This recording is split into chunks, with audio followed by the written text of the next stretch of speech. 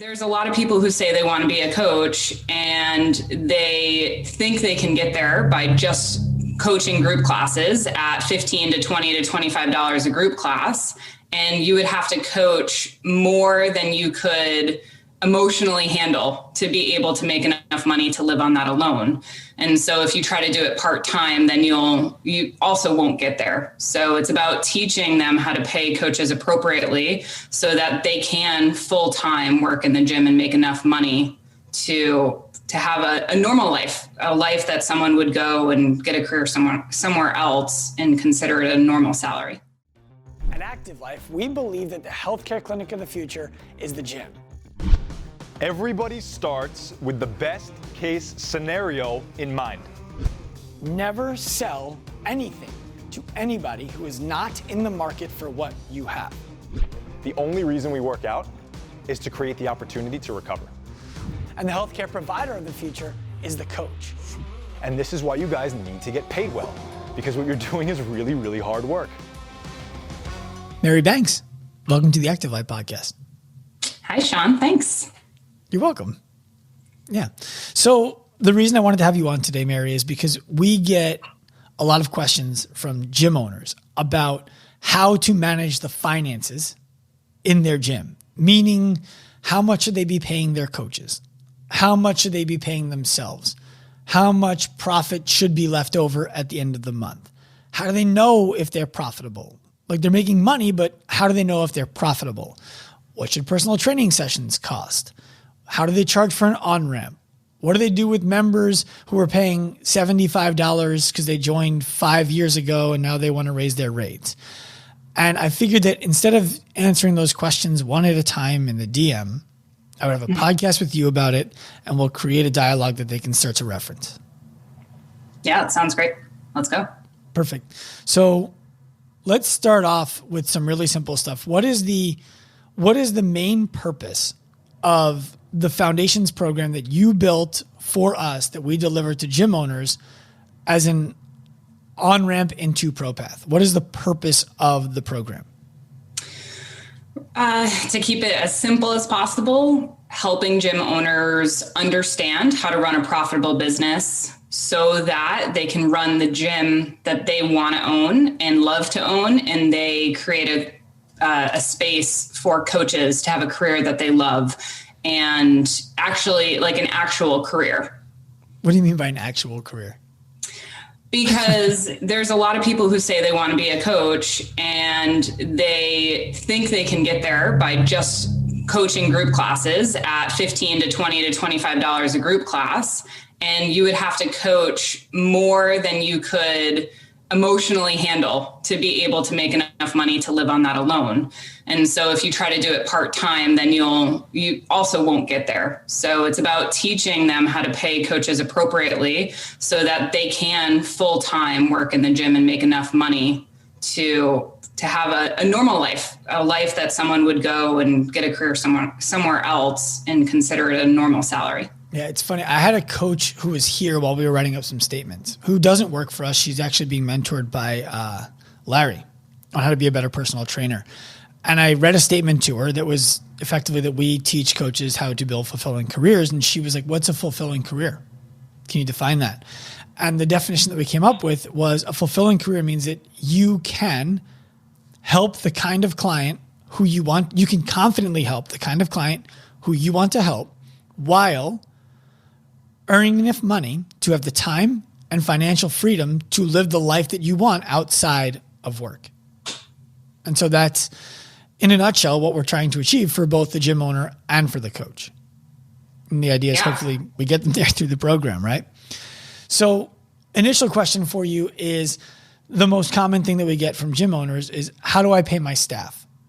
Right? Because it's nice, it's novel to say, you know, I've heard you, Dr. Sean, say 30% of what it costs to live is what, whatever they're paid, 30% of that is what they should spend on their housing. And if housing there costs $1,000 a month and you're only paying them $1,500, they can't swing that. But if I can't pay them more, then what am I supposed to do? Just invent to create money, print it like the United States government?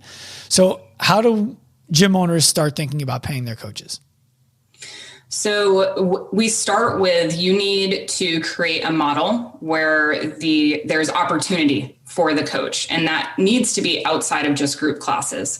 So there needs to be personal training opportunities. There needs to be possibly programming, individual design, or group programming opportunities, nutrition opportunities.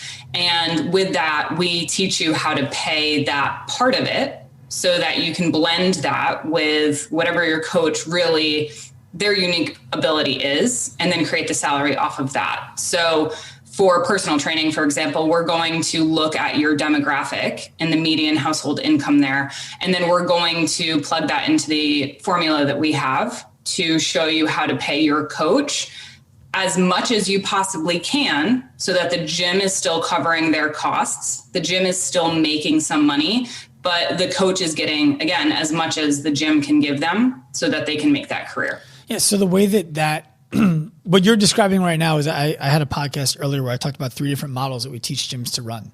What you're talking about effectively is the model in which they run group fitness as their primary offering, and they offer other services to go with it. Right? Yep. Excuse me. So in that model, the group class coach is effectively the entry level position. Yes. Right. It's like, look, we need this to happen. The dues that you pay as a coach to be able to do the more expensive, more valuable things is you cover a number of group classes to start with. Yep. Okay. So how do we break down, for example, let's just take personal training, what they should charge for personal training based on their demographic. Let's say I live in a town in the United States where the median income is $50,000. And by the way, all of you can look up median household income, your town, on Google, and it will just spit you an answer in milliseconds. So median household income is $50K. What do I charge for personal training sessions? So we created a formula in a spreadsheet where you're just going to plug in the number for you, and it's going to get in. So I don't have fast math on me right now, or I don't have my formula pulled up, but anywhere from 45K to, God, it's somewhere between, upper 60s, 70s K is going to spit out your single session personal training rate. Mm-hmm. From there, we have another formula that's going to break it down into packages for you. So a single session is an outcome session or a skill session, something that's only going to happen once. And honestly, you don't sell a lot of those. You're going to sell a lot of packages. So a 12 pack, a 24 pack, or a 48 pack, discounted accordingly based on buying in bulk. Mm-hmm. And when I hear people talk about I don't want to discount my sessions for package prices. Something I want to talk about there is typically our 48 pack pricing is more expensive than what you're charging right now for one session. And so the discounts that you're perceiving as being devaluing of your service are actually more expensive than what you're charging for your service when someone just buys one of them. And I teach it that way too, to my gym owners, where I say, you guys need to look at the 48 pack price as you would not charge lower than that. Like the 48 pack price essentially is either what you're more used to charging, or it is something where it's like, all right, that's my base. Like, and everything on top of that essentially is the client financing through the gym when you look at it that way. Yeah. So instead of it being a discount. So to give you guys some perspective, a $50,000 household income, the single session is going to be $110. Yeah. Times 2 plus 10%. So the 12 pack would cost almost $100. It's going to cost like in the mid 90s for a 12 pack. And then it's going to cost in the high 80s for a 24 pack. And it's going to cost in the low 80s for the 48 pack. So most gyms are not charging that much at all right now. It's not truly a discount. It's, I would be okay with making what I get for a 48 pack, but you're not committing to that. So I can't give you that. You're going to finance a lower commitment. Right. How do they pay the coach? So then what we're looking at there is we're looking at covering 120% of one group class hour. So if you have one group class coach, say you pay them $25, the gym is looking to take $30 on your personal training session, regardless of the package. If we're looking at just packages, not the single session, you're going to split employment tax with the coach, and you're going to cover the processing fee. So you have your $30, you have employment tax that you're splitting with the coach, you have the full processing fee that you're going to take off. The gym takes all of that. The rest of it goes to the coach. Yeah. So ideally, when we break it down that way, if you have as many personal training sessions being performed each week as you have group classes, you do not have an expense of group class. It's covered by personal training plus 20% net on top. Yep. I like that because it's a way for coaches to understand what the actual cost is. Instead of the gym saying we need this percent and you get this percent because we have cost, it's, well, if you were willing to take $35, for example, when I was charging this, why does your cost go up as I charge more? And the reality is it doesn't, with the exception of employment tax and credit card processing, which is why we account for those things being variable. Yep. And then I also want to point out that the gym is going to make a variable rate because it's going to blend all the sessions together and end up where it wants to be, where the coach is going to make a static rate so they're never selling based on how much money they make off the session. Right. Okay. Let's go into another category, because personal training is something that, while some gyms do it, I think that most unfortunately aren't doing enough of it. And that's why it's so easy for us to help them really reach profitability fast and staff satisfaction fast. We talk about margins a fair amount, and you talk about profit margin for the gym being a profitable gym, but something that is left out of the equation is the difference between gross profit and net profit. Yeah. And I know that when I was being mentored, when I was coming up as a gym owner, I didn't have clarity around the difference between those two, and ended up costing me a lot and biting me in the ass. Can you talk about the difference between gross and net profit? Yeah. And so gross profit is going to be your revenue minus your fixed expenses. And if we look at net profit, it's going to be your revenue minus all of your expenses. And so when we were looking at building the course, it did not make sense to us to look at gross profit. Like, that's not going to give us an actionable enough step to understand if we're doing the right things that we need to do to have the business that we want to have. And so if we, like, going out and saying that you have a high gross profit just doesn't mean as much, because there's costs that you're not accounting for in there. And so there's things that could be hiding that when you look at it, it's like, are you even actually profitable? At the end of the day, do you have a cash flow? What's an example of something that's hiding? So a variable cost would be, paying your coaches for personal training. Something like that would be hiding. And it can be a really big expense. Now, it's an expense that pays for itself the way that we teach you to set it up. But if you're hiding thousands of dollars there, then there's definitely something off. Other things like processing fees is a variable expense that changes based on how many members you have and how much payments you process. So both of those things could be several $1,000s that you're not counting in your profitability. Yeah, there's some other things too that oftentimes hit gym owners all at once, like affiliation fees if they're a CrossFit gym, insurance, things that, what their electric bill costs if they're not on flat rate electric, what their heating bill costs.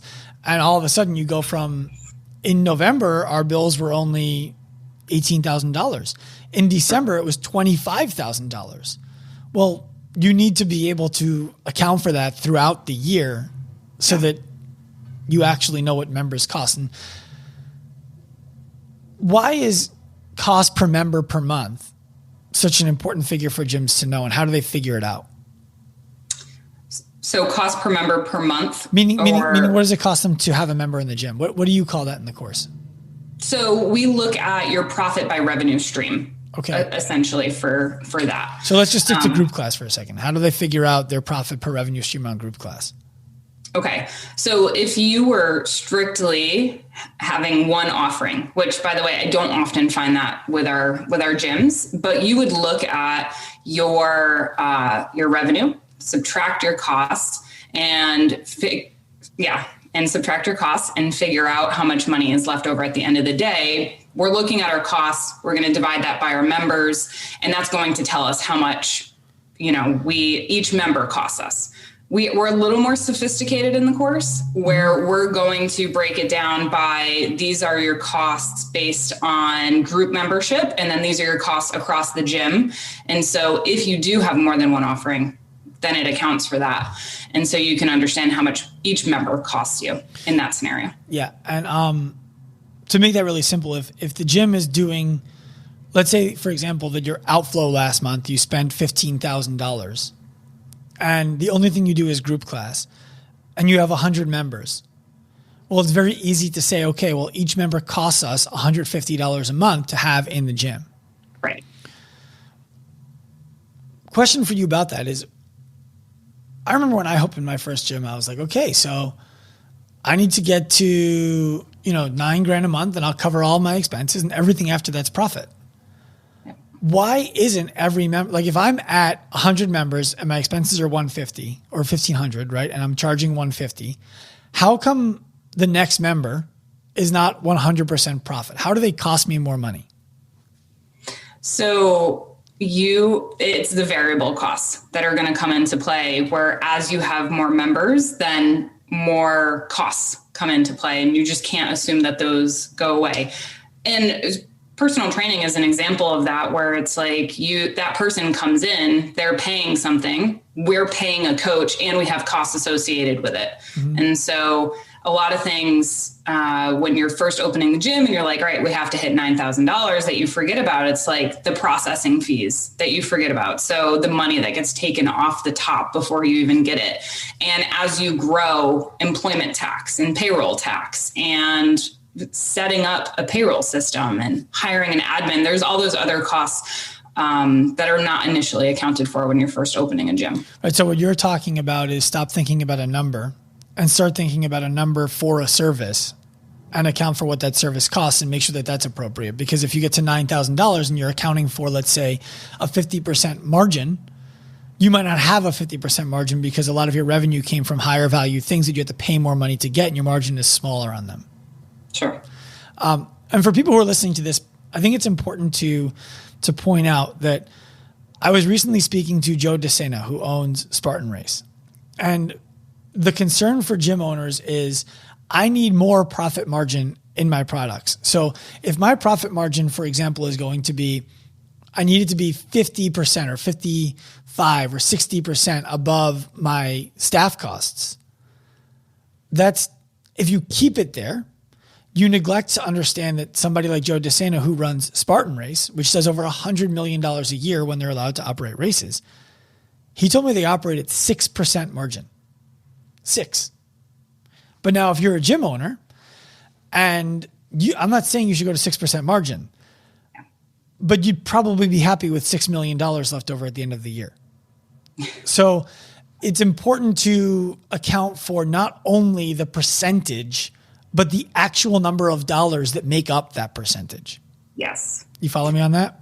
Yeah. And there's two things with that. When we're plugging numbers in, it's a numbers game, right? So if you have 100 members, your profit margin is one thing. If you have 150 members and you're not increasing, maybe you even are increasing variable costs, but now you're splitting your rent, you're splitting your electricity, you're splitting your affiliate fees, some of those bigger costs, you're splitting those amongst 150 people instead of 100.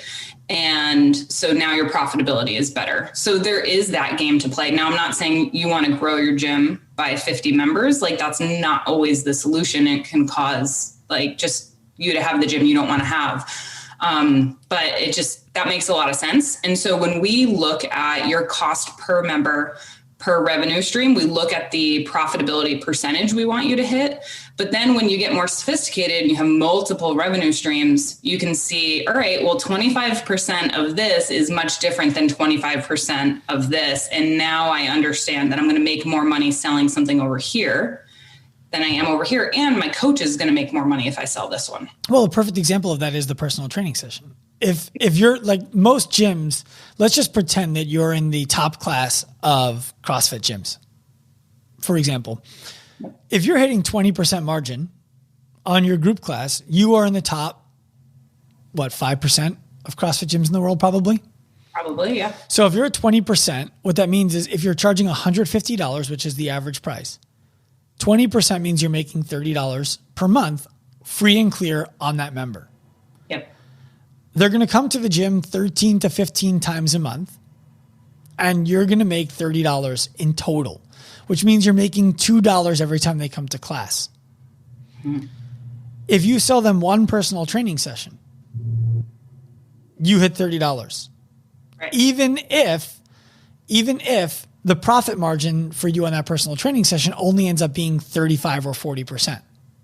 Mm-hmm. You're more profitable on that session than you are on the membership that you're 50+% profitable on. Yeah. So I want gym owners to really understand that. Okay. So moving into the next thing is pricing their memberships and raising their prices. Yeah. You know, that's something that for me, the first time I hired a mentor as a gym owner, they were like, you got to raise your prices. I was like, okay, to what? And they gave me a number that they're like, yeah, it's somewhere around here. It wasn't specific, and it felt like gut. And I said, how do I do that? And they're like, you just raise your prices. Just tell your members you have a new price. Mm-hmm. That I ended up in paralysis. Right. How do gym owners know what their prices should be, and how do they raise them to where they need to be if they're not where they need to be? Yeah. And so I think first we need to say this is how most gym owners do it.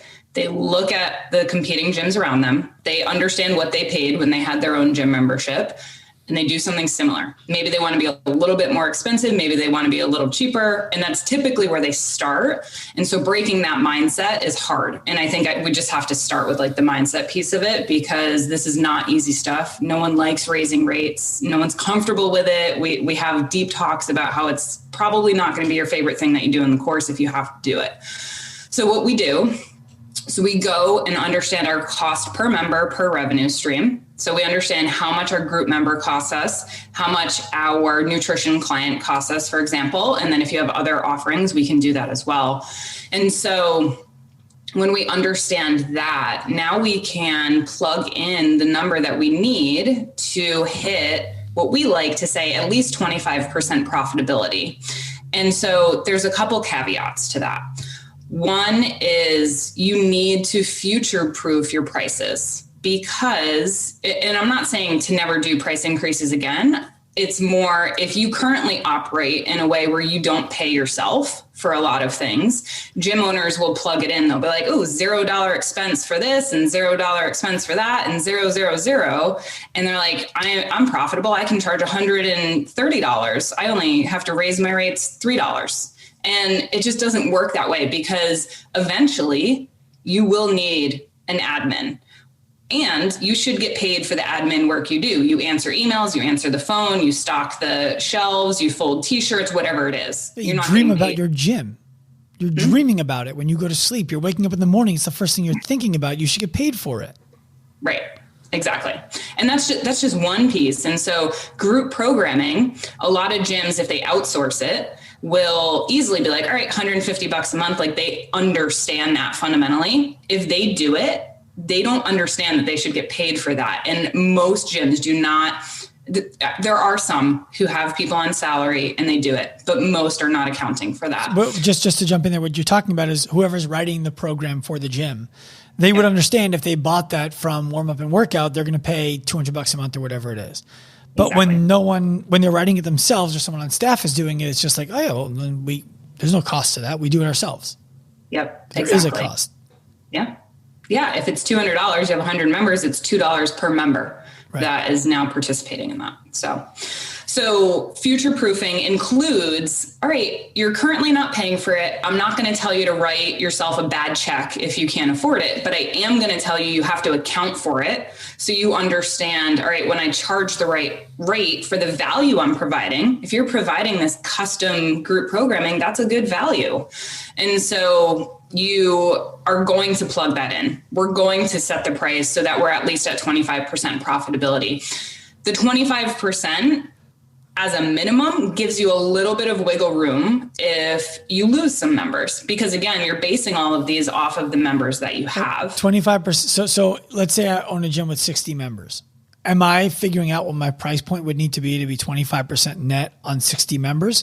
Or am I saying I want to price 25% net on 100 members?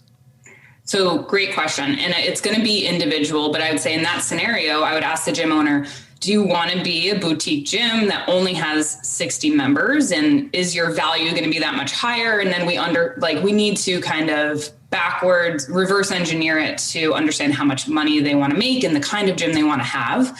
And so I would say you have to know your current scenario. So if you're at 60, you have to know what 60 is. You have to know if you're losing money on your current membership rate. And if your goal is to get to 100, then we kind of need to know some of the points along the way so that we're not setting you up for failure, or we're not setting you up if we set you up at 100 and you're at 60 and it's going to take you 2 years to get to 100, then we haven't made you profitable enough to withstand that 2-year span. Does that make sense? Yeah. What you're describing is being able to know where you're at today, account for what kind of a gym you want to own. Do you want 60 members who you're just providing really high value to? There's nothing wrong with that. That's exciting. Or do you want to have 200 members who you're not able to provide quite as much value for, but who you want to service? Or do you want 200 members who you provide crazy value for? Great. You're going to have to account for the staff to provide that kind of value. So it's building out calculations and forecasts for what the gym would cost if it got here, when it got here. Yeah. And another good example of that, we've worked with gyms who aren't open yet. Mm-hmm. And we give them, all right, when you hit 25 members, it looks like this. When you hit 50, it looks like this. And at this point, you'll have the money and the profitability to hire this coach or hire the next coach or hire an admin. Because at that point, it's like they don't have any members. So we have to build it off of a forecast. Speculative. So what are some of the holes that you experienced when you were trying to learn this stuff yourself that we were able to fill in the way that we built this? So the cost per member, per revenue stream was huge, because I was that gym who we opened based on, all right, this is what everyone else charges, and we're going to give this crazy discount over here because you're our best friends, and we're going to discount to everybody and whatever it is. And when I really sat down with it, and after being in business for 5 years, you understand that those people who've been grandfathered in forever at the low rates, you're losing money on them. And that your business, you're like, all right, this makes more sense why the business is operating this way. And so I think, one of the biggest things is helping gym owners find out what actually is wrong, instead of that gut feeling of like, all right, I know things aren't quite right. I know I'm not paying myself enough, or I know that the gym might not, I hope I have enough money to pay my rent. Like, I've heard these things from gym owners, and it's like, well, we can spot the problem typically. Yeah. We had a gym who I can speak to. I'm not going to name them, but when we first started working with them, they were not profitable at all. 3 months later, they were profitable, and they weren't as profitable as they thought they would be, because they're like, we signed up all these people at high ticket prices. They're buying all this personal training. They're jumping into the hybrid class. They're spending, some of them are spending $700 a month at this gym in a rural area. They were blown away. They were like, why aren't we profitable? We started looking through their numbers. Like, why aren't we as profitable as we think we should be? We started looking through their numbers, and they had signed up more people to join their standard group class than they had signed up to join the much more expensive model that we had created with them. And when we looked at their cost per member it actually was more expensive than what they were charging for their standard group class. So while they were building these profitable things over here, they were allowing people in the door who were actually net negative every month for them. So they're like, we added 15 members. How are we not making a lot more money? It's like, well, you added 9 to a program that costs you $30 every month to have them in. And you added 6 to a program that makes you $200 every month to have them in. So 9 times 30 is 270. 6 times 200 is 1,200. That's why you didn't even make $1,000 extra when you added 15 members. And they were like, oh man, we got to get rid of that low price offer. And they did. So good for them. How does somebody raise their prices? That is like the number one thing that everybody wants to know, because they know they need to, and it feels dirty. It feels wrong. It's like, yo, Betsy's been here for 7 years. She was here through my last partnership. When we got in a fight, she stuck by me. When things broke in the gym, her husband came and helped us fix it. I can't raise her prices. What's she paying? $80. What's your cost per member? $140. Okay. You're donating $60 to Betsy charity every month. How do you raise prices? So, look, first off, it's hard. It is hard, but it's hard because it's emotional. And I am one of the biggest, most emotional people when it comes to it. So I empathize with the gym owners when they have to do this. I've personally had to do it and don't love it and really hate it. But it's about the members, right? It's not about you. It's about the members. And if you don't do it, then the members really are going to miss out when the gym's no longer there, right? And I'm not saying that you need to use that message, but to try to persuade that to a gym owner, say you have to do this. You don't have another solution, because you're giving Betsy $60 a month and you're losing money every month. And you're there's 20 of them. Whatever it is. And there's 20 Betsys. Yeah, exactly. There's multiple Betsys, because you have so many loyal members who stay with you because you're doing such a great job, but you told them you were never going to raise their rates, and now you have to. So what we do is we get all of the logical pieces put together for them, so the gym owner can see it and they understand, and I make them do the math. I'm like, all right, how much money each month are you losing by this person not being at the rate that we're saying? And so from there, they can understand, all right, I'm losing $1,000 a month. And I say losing, it's like, if you are bleeding $1,000 a month, that's a really, really, really big deal. If you are maybe $4 profitable and you would be making $1,000 more a month, not in profit, but in gross revenue, that's also a big deal, right? Because then that goes to pay your coaches for other things. Maybe you can hire a social media person, whatever it comes down to. Well, until you decide to delegate it, it is net profit. Yeah. So go on. So from here, we're going to tell you that you need to communicate with your gym how they are used to hearing from you. If they're used to hearing from you on video, then you need to do videos. If they're used to hearing long form emails, then you do long form emails. If you only communicate in your private Facebook group, then we go in private Facebook groups.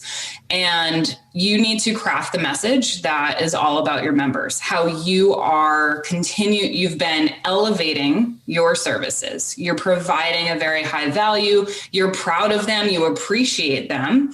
And you want to continue getting them the results that they're after. You want to continue to be able to, whatever it is that you've been going forward, right? We love that we can now get you guys out of pain and you guys can have awesome workouts and go home and enjoy your life, whatever it is.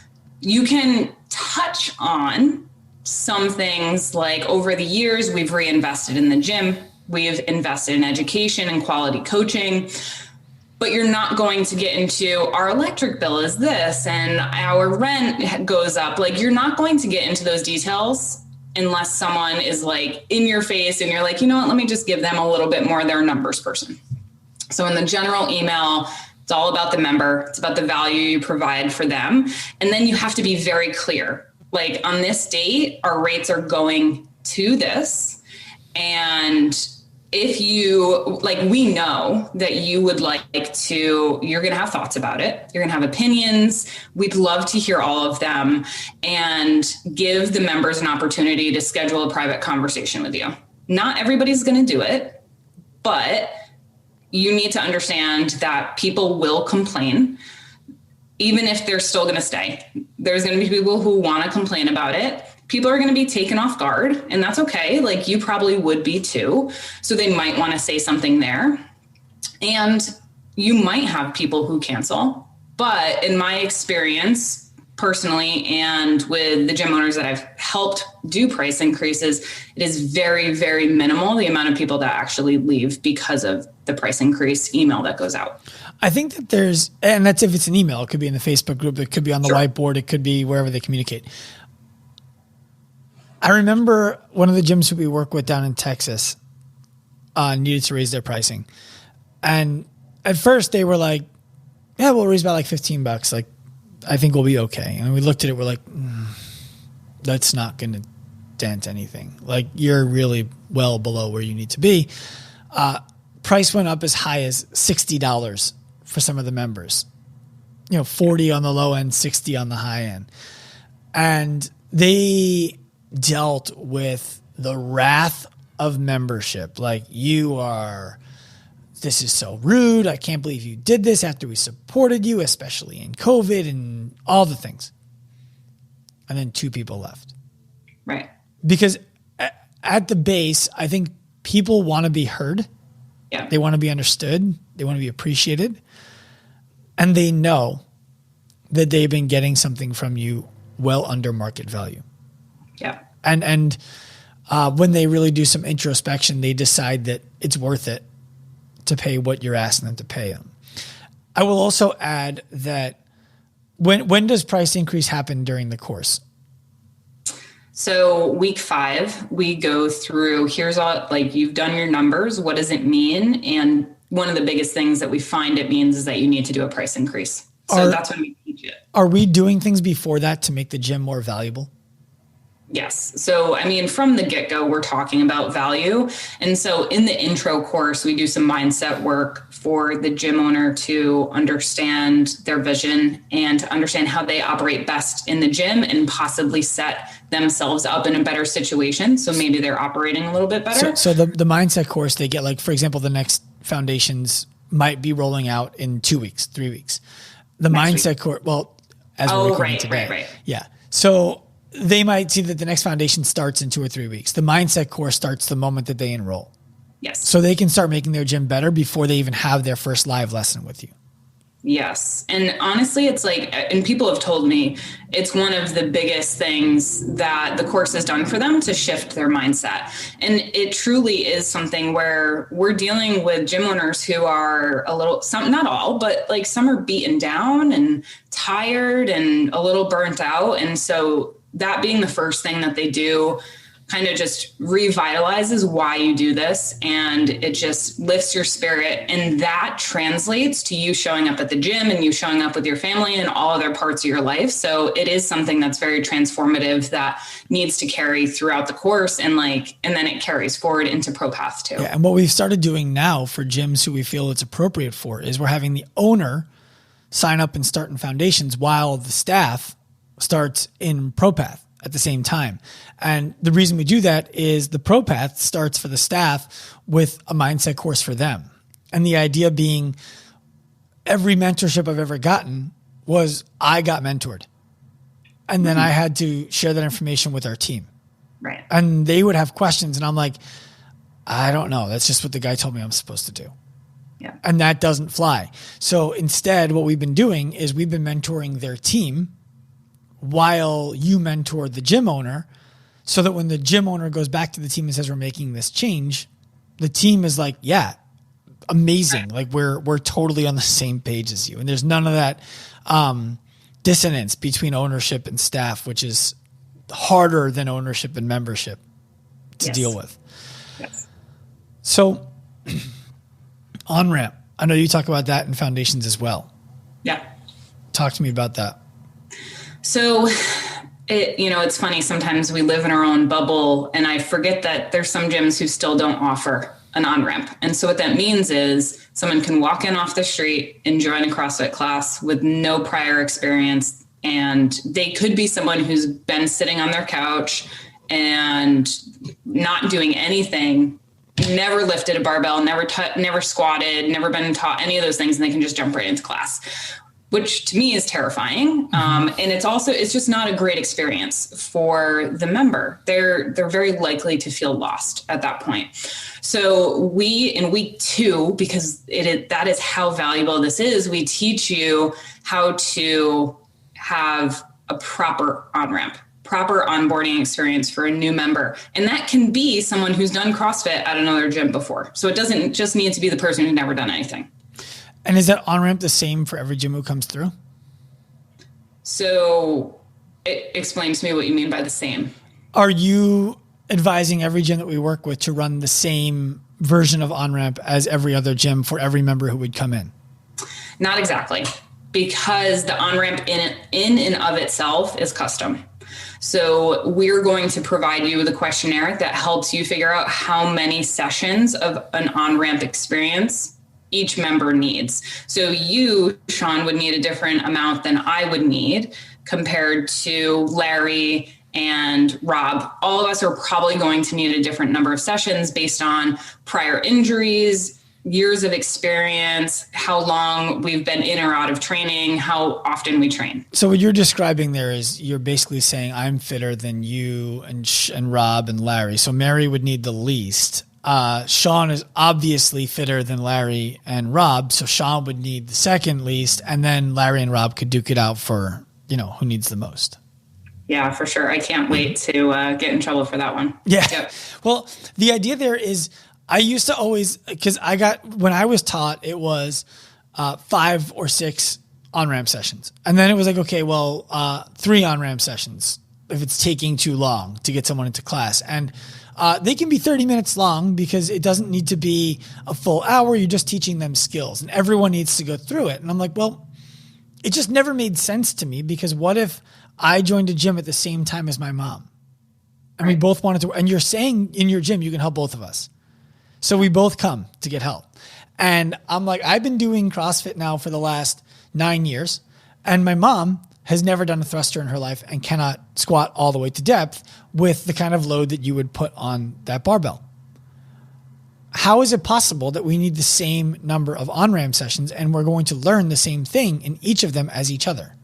Yep. That doesn't make sense to me. So doesn't make sense. Right. So prescriptive on-ramp.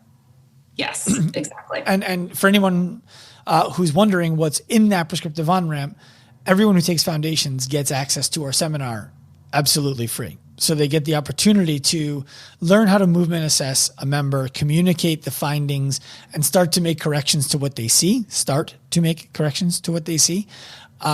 that you're speaking from a place of knowledge as opposed to just using the skills that you always had before. Because we believe that anyone who's going to take any of our education should be a better coach when they're done with it. Agreed. Did I leave anything out, Mary? Like the thing to me that's so surprising, and frankly, I pushed you back a lot in the beginning on this was, I said, gym owners need to make the money from the course back before the course is over. And if we're just teaching them where their numbers should be and helping them get to them, I don't see how that's going to make them their money back before the course is over. We need to be more aggressive. And I think I can't say with 100% certainty, but I believe everybody is making their money back before the course is over. How does that happen if we're not adding members to the gym? So the caveat I will say is if you take action, especially as the course lays out, you will very quickly actually make your money back. And I've seen that happen with the gyms who do that. And so by not adding members to the gym, you are increasing, we teach you to increase your average revenue per member. And so if you're adding personal training sessions to people who need them because you now have the skill to be able to help them not be in pain anymore, not modify forever, not hit this plateau and be stuck there because you've gone through the seminar. So you have the skills. We teach you to be able to, all right, price your PT appropriately and add the personal training sessions in. Or the next person who comes in, you're selling them a personal training pack because they actually need personal training and they don't need group membership. So that person's coming in and they're paying you $1,000 a month instead of $150 a month. And you're actually getting them what they need instead of them being in group for years and never actually seeing those results. Yeah, I can speak to one of our foundation owners who I know is very vocal, that he went from like 10,000 in his first block of 4 weeks to like 18,000 in his second to 30,000 in his third or something like that. He tripled his gym in 12 weeks, something like that. I'm not sure if I'm getting those numbers right, but you know who I'm talking about, and you can tell me if I'm way off or if I'm at least in the ballpark. Not tripled if we're talking about the same person, but I believe it was like a 65% growth, which is, maybe we're not talking about the same person. I definitely know it was more than double. Okay, then we're not talking about the same person. Okay. So I know someone who went from, what was it, like 15 to 25. Okay. And then we've also had gym owners who you've taught how to hire staff, how to pay staff when they hire them. So they've been able to create careers for people who previously were teaching or working in other fields and not finding fulfillment in them, who were able to come and work in the gym full time. Yep. I asked you a question and I didn't give you the opportunity to answer. Is there anything I didn't ask you about that people should know about the Foundations course so that if they're interested in doing it, they can do it? Well, we were talking about Onramp at that point. So I would say the one that we didn't touch on all encompassing Onramp. So we're going to teach you how many sessions, the prescriptive version. We're going to give you programming that you can take and make it fit for yourself, because everyone we don't give you a million sessions, but we give you enough of a base. And then we teach you how to price it and how to pay your coach for it. We're going to talk through some of those tactics. Like, this is a random one that comes up and it's like, well, how do we schedule these? Like, we talk through some of those details so you're not pen and papering personal training sessions and being inefficient, right? So I think that was one piece that we didn't touch on in Onramp. The other thing is the course builds on itself. And so we're going to teach you some of the really high valuable stuff first so that you can go start making your money back very quickly, and it builds and stacks. And you may be the person who can implement week after week after week and just keep doing that. I've seen people do it, so I know it's possible. But you might also be the person who implements a little bit more slowly, or you need time to get the staff in place. And if that's the case, the course is long enough for you to be able to, if you need to, take a couple extra weeks and implement there, ask your individual questions, and then get it taken care of. And the other piece is we have one-on-one sessions. So once a month, the gym owner can sit down and talk to me one-on-one for any questions they either didn't have the opportunity to ask or didn't want to ask in a group setting. And otherwise they can email, I imagine, as well, yes? Yes, absolutely. And a lot of emails. And to give you some perspective on what Mary was just describing, in one case, we've had gyms come in, well, in multiple cases, we have gyms come in who already have the staff. And so adding a bunch of PT that is, I promise you, sitting there in your gym, ready to be bought. Members want it. You just haven't offered it to them yet in the right way. They were ready to implement right away. And then we have the gym that we work with in Australia, who I'm thinking of right now, the first gym from Australia who came through, who was like, look, this is great. I got to personal training clients we never were able to reach before, but now we're full. We don't have room for new members. We don't have room for any more personal training. I need to hire staff. So for somebody like that, it's great. Keep learning the material, hire a staff member quickly, wisely and quickly, and then start to add in the other material. And that's what she's done. And she sent us 8 gyms recently to speak to who she thinks should be in it. So that's great. That's awesome. She's crushing it. Yeah. Yes. She's a good example of someone who, don't get discouraged if you're like, I can't implement this right now. Like I said, I have gyms who haven't opened yet, and we just work on the planning phase, which I wish I knew all of this before I opened a gym. Well, it's crazy. If you open a restaurant, you should know what your food costs need to be. But when you open a gym, you're just like 38 members. That's break even, I think, right? Mm-hmm. What? How did you choose your pricing? How did you choose? Like, none of that is considered. Oh. All right. Mary Banks, Great job. Thanks, Sean. Thank you. You're welcome.